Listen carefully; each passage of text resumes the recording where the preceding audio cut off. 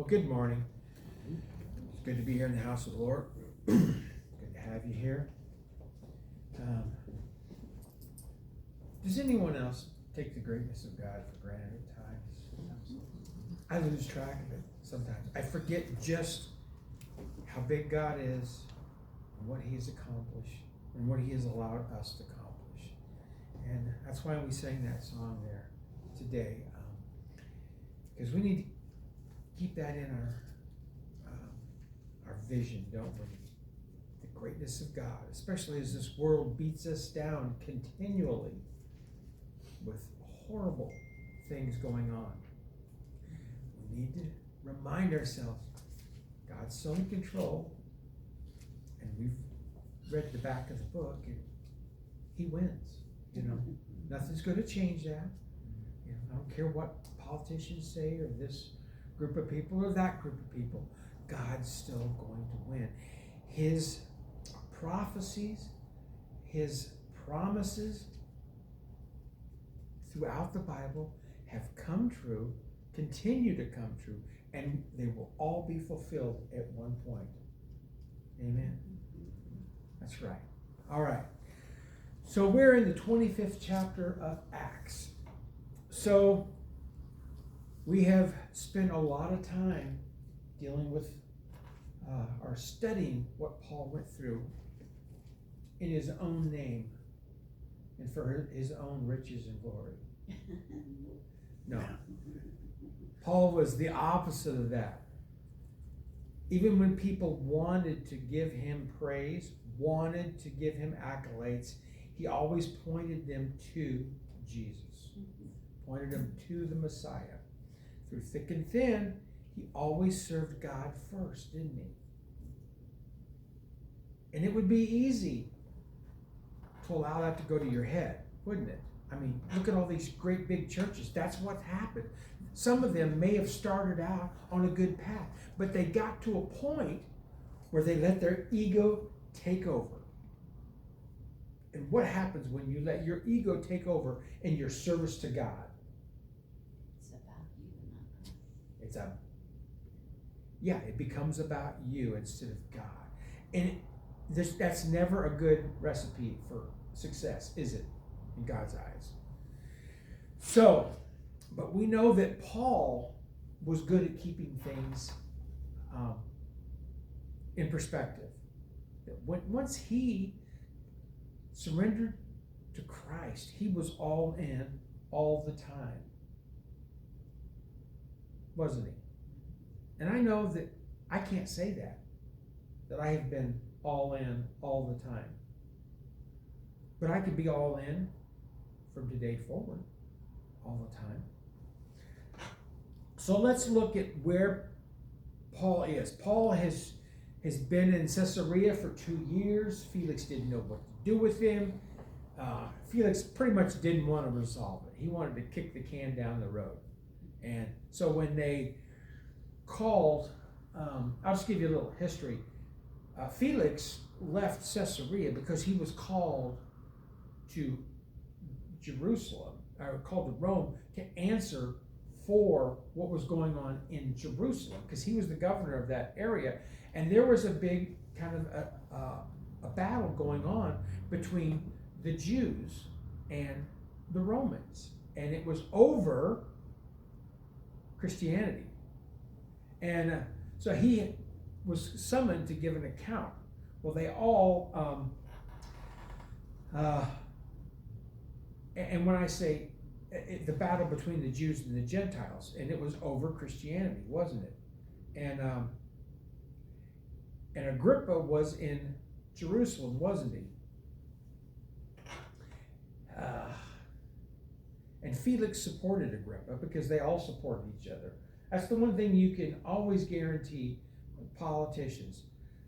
They may disagree about issues, but they'll always support that whole pool of people, won't they? They take care of themselves.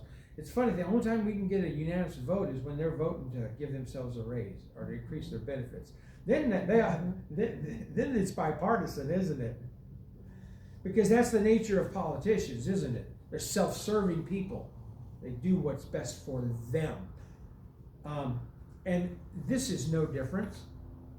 So Festus was sent to Caesarea to take over that while this is being sorted out.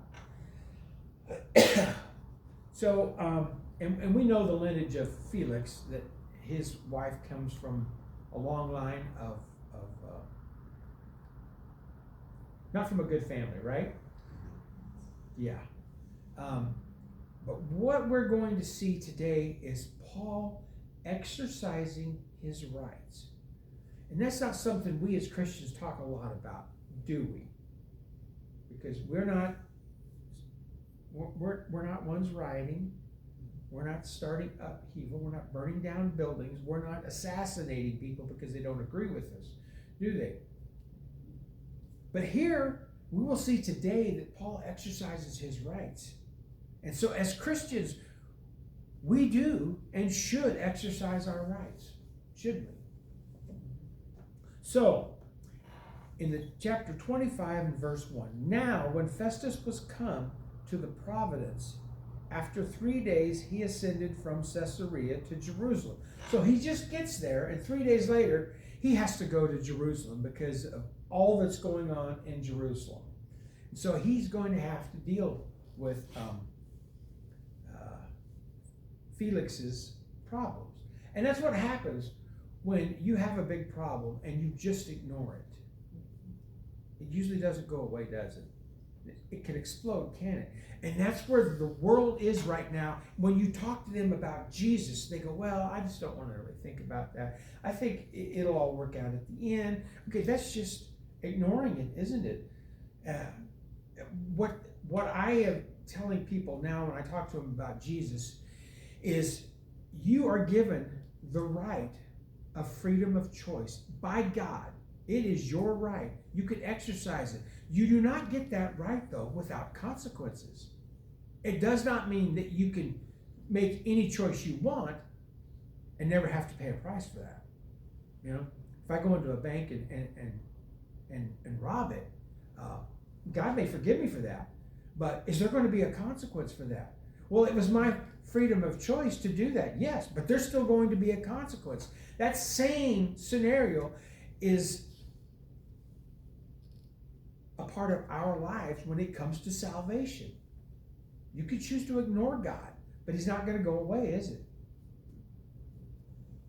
it? So he has to go to Jerusalem because of all the upheaval there between the Jews and the Gentiles. And then the high priest and the chief of the Jews informed him against Paul and besought him. So as soon as he gets there, what do the Jews do? Oh, we got to tell you about this guy. He's just a horrible person. And they gave him the whole, yeah, you know, you're up to no good. Scheming and conniving. And they get him right off the bat, want to get him on their side. And so they're presenting their case before it even goes before him.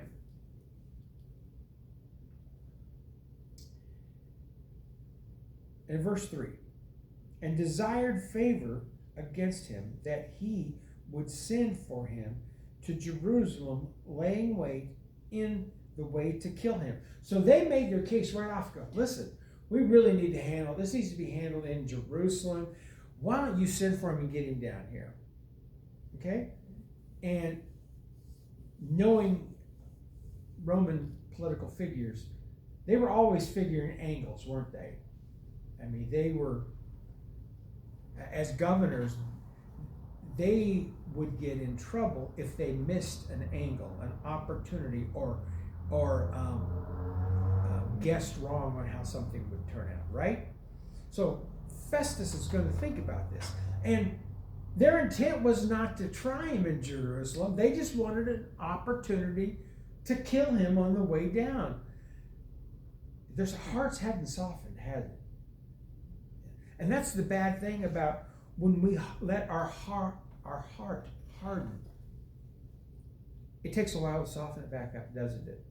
And we've all been in situations where we have been wrong. Our heart has gotten hard, and it takes time. That's why it's better to try to keep your heart from getting hard. But the Jews were way beyond that. Like I said, they were already worked through anger, already worked through rage, and now they're living in the world of contempt. They have nothing but contempt against the Christian way, do they? The Gentiles, and namely, more specifically, Paul himself. But Festus answered that Paul should be kept at Caesarea, and that he himself would depart shortly thither. So he figured out, okay, this may not be in my best interest if I let them call the shots. Because as a Roman figure, he definitely wasn't going to let a group of people give him orders, was he? And he wanted to get back to his palace as quickly as possible. So he decided against their request and chose to keep Paul at Caesarea. So, let them therefore, he said, which among you are able to go down with me and accuse this man, if there be any wickedness in him. So here, Festus is actually talking to those from the Sanhedrin, their religious court. So he's talking to them. Who's going to come down to, and why does he say who's going to come down to Caesarea? Wasn't Caesarea more north than Jerusalem? Yes. They say this because Jerusalem was about 2,000 feet higher in elevation than Caesarea. Caesarea being on the coast was, and so that's why when you see them talking about coming down, they're actually talking about coming down the mountain, not down as in north to south. So, and when he had tarried among them more than 10 days, he went down unto Caesarea, and the next day, sitting on the judgment seat, commanded Paul to be brought. And when he was come, the Jews which came down from Jerusalem stood around about and laid many grievous complaints against Paul, which they could not prove. So what were the allegations they were going to present before Festus? What had Paul done in their eyes? He had broken the law. He was undermining their culture. He was creating seditious situations, wasn't he?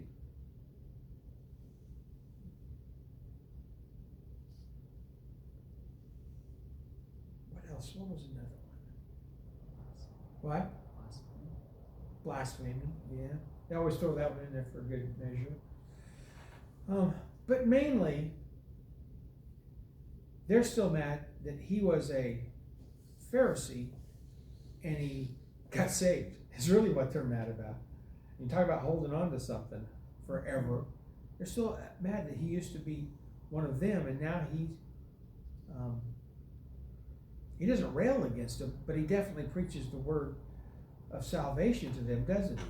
And the fact that his main message to the Jews was the Messiah came. He was here. Salvation has been completed. He died and he arose from the grave and ascended to heaven. All of which was foretold and prophesied in the Old Testament. It's happened. And he even said in the last chapter, he said, I believe in the law. I keep the law. I keep the writings of the prophets. I have studied them. I am still like that. But the Messiah has come. And that's where they had fits. And he believed in the resurrection like the other Pharisees believed. So they laid many grievous complaints which could not prove. And we know that when you put somebody on trial, today you have to have evidence, don't you? Like if I did go and commit a crime and was in another town when that happened, they would have to prove that I was actually here, that I had the means, the opportunity, and the motive to commit that crime. That is still one of our rights as an American, isn't it? And as a Christian, we still have that right to exercise those, don't we?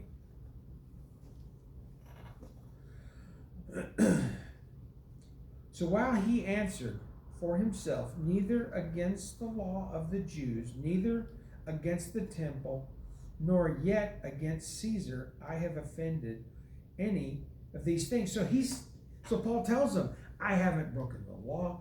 I haven't defiled the temple. He's followed all the temple rules when he goes in there for cleansings. And he has not broken the law of Caesar, has he?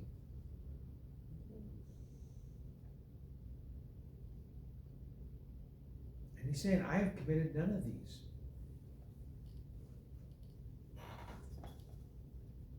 But Festus, willing to do the Jews a pleasure. Now, why would Festus be willing to do the Jews a favor? Okay. Hoping to get a payoff, isn't he? It just always boils down to money, doesn't it? It's like you always say when you're investigating a crime, follow the money. See where it ends up. So, he was willing, he wanted to side with the Jews because, and look at it from his perspective, you had one single person over here, and you had a large group of wealthy people that paid taxes. Who does the government want to side with? The money. Yeah. So he wanted to do a pleasure and answered Paul and said, wilt thou go to Jerusalem and there be judged on these things before me? So he's asking, why is he asking Paul if he's willing to go to Jerusalem to be tried? Is he not the governor? He is the governor, but Paul's a Roman citizen, so he can't. He needs Paul to volunteer to go to Jerusalem.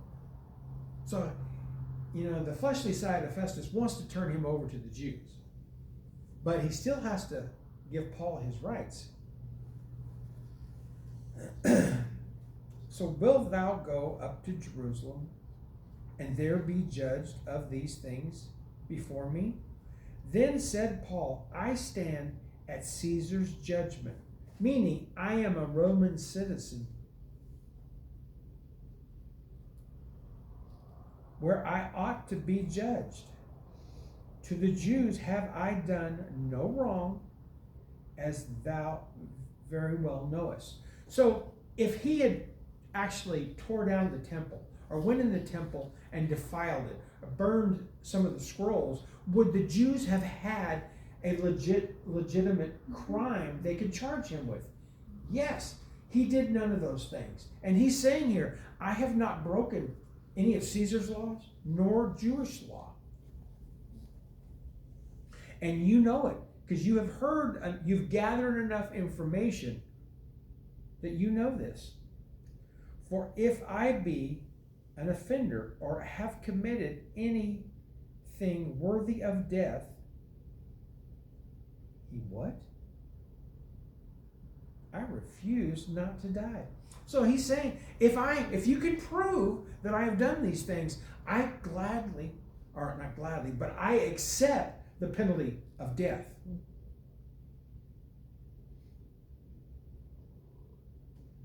He's not trying to get out of it. If you can prove that I have done something worthy of the death sentence, then I will calmly walk to my death.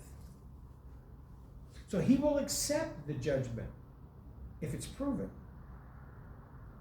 But if there be none of these things whereof these accuse me, no man may deliver me unto them. So I appeal to Caesar. There's the catchphrase. So if they can't prove that I've broken any Jewish law and have a right to take me to Jerusalem, then I stand before Caesar and I appeal to Caesar. And that's monumental there. And in the last verse we're going to cover today, and then Festus, when he had conferred with the council, answered, Hast thou appealed unto Caesar? Unto Caesar shall thou go. So, because that's all he could do.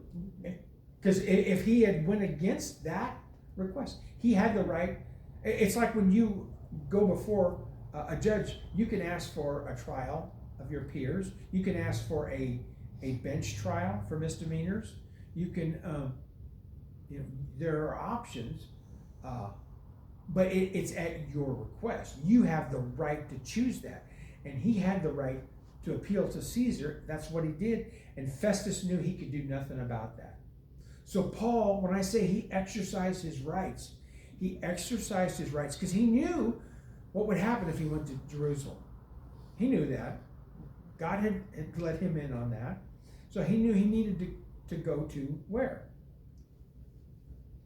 Where would he go from Caesarea? Rome. He would go to Rome.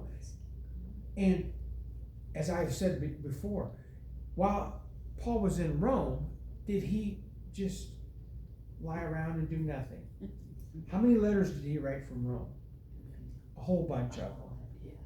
He continued the ministry, even under house arrest. He continued to work for God. So he is appealed to Caesar, and Festus says, to Caesar you will go. And that's where we'll end for today. And we'll pick up the next leg of this chapter next week.